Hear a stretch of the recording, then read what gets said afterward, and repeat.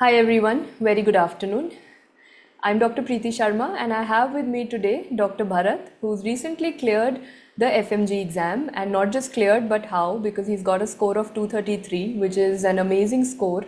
And I think I need not say anything more because over to you, Dr. Bharath. Firstly, heartiest congratulations from the entire team of PrepLadder. We would want to know a lot more about you, but we would first start with your introduction. So please let us know something about yourself. First of all, really big thanks for you, ma'am, for having me here today with the PrepLadder. And myself, Bharath Reddy, ma'am, and I am from the Philippines here, Dao Medical School of Foundation University, ma'am. I done my MBBS from the Philippines, and this is my very first attempt, ma'am. I given the Wow. FMG in the July 2024, and I'm so happy that I got 233 out of 300, ma'am. That is an amazing score, and like you're saying, it's your first attempt. So I can understand that you must have completed your med school very recently, and probably by February is when you must have actually gotten down to, dedicatedly study for this exam. So just walk us through these last 5, 6 months. How did you prepare? What was your source of preparation? Yes, ma'am. Actually, we are done with our graduation in the February month ending, ma'am. So we Yes, have very less time to actually at that time the FMG is announced that the exam is going to be in the June end of the month. correct. Later they changed the date to the July. So we have very less time, ma'am, and we have to revise this all the 4 year subjects in this very less time. So when I at the end of my final year, I thought like, what are the good sources I can use for this preparation? So I just seen the very last January paper, man, January 2024 FMG paper. So I seen like what are the sources that I have and how can I use. So I took the PrepLadder free plan, ma'am, for the 1 day when I subscribed. So I just referred all the videos and also the few banks how it is going to be help me. So after that, I have got the contact with the PrepLadder team member, Okay. one of the team member. So they explained me about the plans and how can I use and how it is going to be utilized for my examination purposes. So then I subscribed for that plan, ma'am. So then I started my preparation from the uh, on the next on the from the March itself, ma'am. From the March itself, I started my planning for the FMG, and I scheduled like how I'm going to complete this videos within this time. If I choose the main videos, will it take more time, or should I go with the LRR? So like that, I just analyzed it, ma'am, and I started mostly watching the RRs, ma'am, Okay. RR videos. First subject I have started with the our mentor Nikita Nanwani, ma'am. So I started with her lectures. So then I then again I go back to the radiology, orthopedics, very short subjects I completed in the first month. Then mostly for the all the major subjects like OBGYN, PSM subject, and surgery, I took almost like 2 months for them. I given like very major time to complete them and also for the revision to learn more and grasp the knowledge from the subjects, ma'am. Right. So, like you're saying, from March to June, let's say approximately 4 months, you had to cover RR and LRR. You did a combination of both of these for every subject. How did you fit in time for MCQs? How many questions and PYQs were you doing on a daily basis? For the MCQs and all, ma'am, I reserved the whole question bank for the last June month itself, ma'am. Wow. So mostly, I used to do the modules, ma'am. For the each subject, whenever I complete, I used to do the modules. So we have the option that custom modules in the PrepLadder app. So I used to select that, and for the PYQs and also from the all the grand tests, it will shuffle all over the subjects and all. So the module will be created for us. So I used to prefer that, ma'am, because if I already complete the question bank, I cannot practice again in the end of the month. So I Yes. just kept that all the question bank in the June month so that I can practice. So I can check where I am doing very low performance, which subject is very weak. Like that, I just kept that all the topics in the June month for the question bank, ma'am. That's great. And what about your grand tests? Were you giving them on a regular basis, and how were you analyzing them? Grand test, I used to give like every 10 days one grand test, ma'am. Like previous year FMG papers, which is Yes. available in our PrepLadder app. So I used to give them, ma'am, so that I can know like how the Yes. paper is changing year by year. So I used to give them and also analyze those papers. Where did I went mistake and how can I improve those topics which are very weak. For example, orthopedics, ma'am, which is very weak subjects. Even when I started my plan for the FMG, I thought I'm going to skip that subject because of that upper limb and lower limb topics. But later uh, with our orthopedic sir, I learned very easy from the RR videos itself. That's great. Also, if I just ask you, a lot of students have a habit of only studying more for paper two. How was the trend this time between paper one and paper two? What do you think is the importance of the pre and paraclinical subjects? Ma'am, actually, we all know that the rule number one of the number one rule of the FMG is 159 is equal to 0, 150 is equal to 300. So I believe it that each and every subject have the equal importance in the passing and overcoming this FMG. Yes. So in my choice also, even I also thought like, okay, let's skip this paramedicals and the preclinical subjects because they have very less time, so we cannot complete all these main videos and again revise them.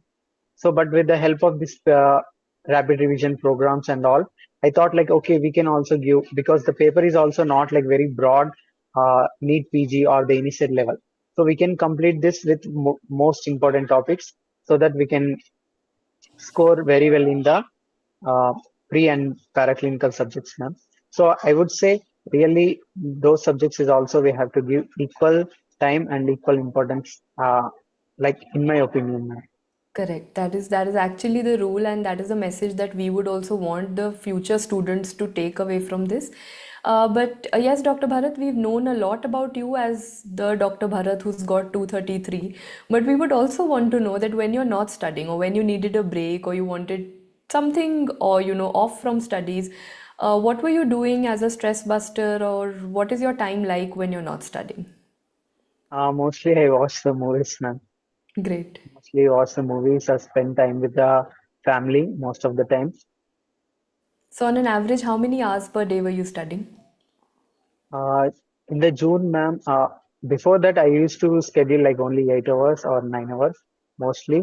But in the June month, I given like almost like 12 hours for the uh, 12 hours for the each subject so that I can complete. For the majors, I given like 24 hours, like in 2 days. One day Correct. 12 hours and another day 12 hours, like that. For the minors, I'm going to give like 6 hours or 7 hours, ma'am. So mostly I covered up like 12 hours for the each subject, ma'am. And also another question that practically every student knows, we make a lot of timetables. Probably we make a new timetable every 2 days.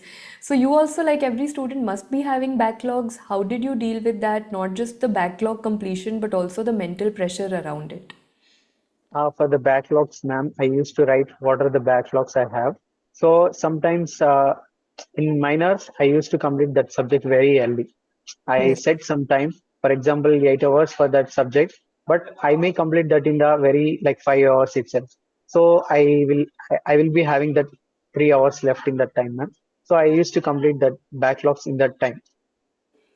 Great. So So it's a mostly mix and I match that you have to do. You will eventually find some time to cover up those backlogs. It's just about going with the flow and consistently going ahead with it. Yes, ma'am. And also, I used to integrate with the other subjects, ma'am. For example, when I'm reading the radiology, I will integrate that with the anatomy. And Okay. when I'm reading the internal medicine, I'm going to integrate with the our physiology subjects. Like that, I try to maximize the number of revisions, both importance for the majors and also the preclinical subjects, ma'am. So how did you do this integration? Were you seeing both the subject videos on the same day, or were you doing it on your own or some book or something? Book, ma'am. For example, for the major, when it is comes to the internal medicine, I Mhm. used to see the videos, ma'am. Then I'm going to prefer the subject wise notebook. So Right. I'm going to see like that. I used to integrate, ma'am. Okay, great. That's amazing. I mean, that's something which is very much required, especially for paper two, where you get a lot of clinical questions. Now, Yes, let ma'am. me just, we want you to walk us through the exam day because the pattern this time has changed. Instead of two papers, you practically had six papers to give, different Yes, ma'am. sets and timed questions. So, did it get to your nerves? Did you get panicky? What was the exam day feel like? Yes, ma'am. Actually, when I have the section one, first two questions are I was confusing with the options. So I'm asking myself, did did I have the revision or not? Why I'm just stuck with between the two options. So I was already tense in the first two questions itself. But after going with the question by question, so I used to able to eliminate the options and answer better, ma'am. So, like you're saying, Dr. Bharat, isn't this exam rather than selecting one answer, doesn't the elimination approach work better on the day of the exam? For the minor subjects, ma'am, eliminating the choice is very best. I prefer that method, ma'am. But when it is comes to the paper two, ma'am, it is very difficulty. Even though if we eliminate the two choice, other two choices still confusing.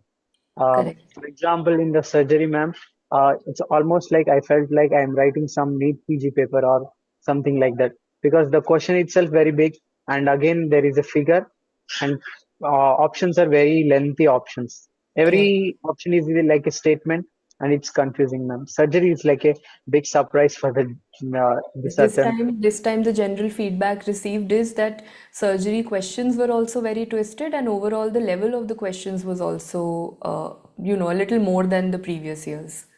Yes, ma'am. Right. But nonetheless, you've done very well. And before we end this video, since the stage is all yours, it's your day. Anyone whom you want to give out a gratitude message, be it your family, friends, teachers, so over to you. Yes, ma'am. Actually, starting with our PrepLadder faculty, ma'am, I would like to say my most favorite persons of the PrepLadder team is Dr. Nikita Nanwani and you, ma'am, because these three subjects like microbiology, pathology, and radiology, it's like very clear concepts that I have learned from you, both of you, ma'am. Thank you Really, so it's much. And I will convey the message to Nikita ma'am as well. yes, ma'am. And really, I would be like, I will be gratitude towards you, both of you, ma'am, and also all the other faculty, like also as I said, the orthopedics, which I thought like I would be skipping. But when I see the horror videos, okay, I can also give this subjects. I have the confidence that I can give this subjects, ma'am. And also our Kushbu, ma'am, dermatology department, dermatology, ma'am, is also like very clear concepts with her. I have, ma'am, anatomy and also the um, OBGYN, Prasanna sir. It's really, I'm really thankful to them for having the concepts very clear to the every student. And also, I would like to take a moment and thank my family, ma'am, who is always very uh, supportive to me and very even in the all the low moments also they are still with me and they are always supportive and giving me the boost to perform well. So I would like to thank my family also, ma'am, and It's also an my friends entire who is support system that works, and family is indeed one of the most important support yes, systems we ma'am, have. and also my friends who are always from the beginning of the first year to till today they are like with me only. They stood with me and they are very supportive to me, man. I would like to thank all these people who are helped me to overcome this journey and to see the success with this kind of score. It's really I'm very grateful for them and gratitude towards them, man. Thank you so much for making us a part of your journey and such a wonderful, phenomenal journey that you've had with such an amazing score to it. But I just believe this is just the beginning. You have many more heights and achievements ahead, and I'm sure we are going to see a lot of positive results and great things happening your way as you proceed further in your career. Thank you so much for all the messages that you've sent out to the PrepLadder faculty. I will convey it personally to each one of them, and I'm sure they will also be very, very happy and overwhelmed to receive this from you. So thank you so much, Dr. Bharath. Wishing you all the very best for your future, and do keep in touch and let us know how your story unfolds moving on from here as well. Thank you so much, ma'am. Thank you. Thank you. Thank you so much.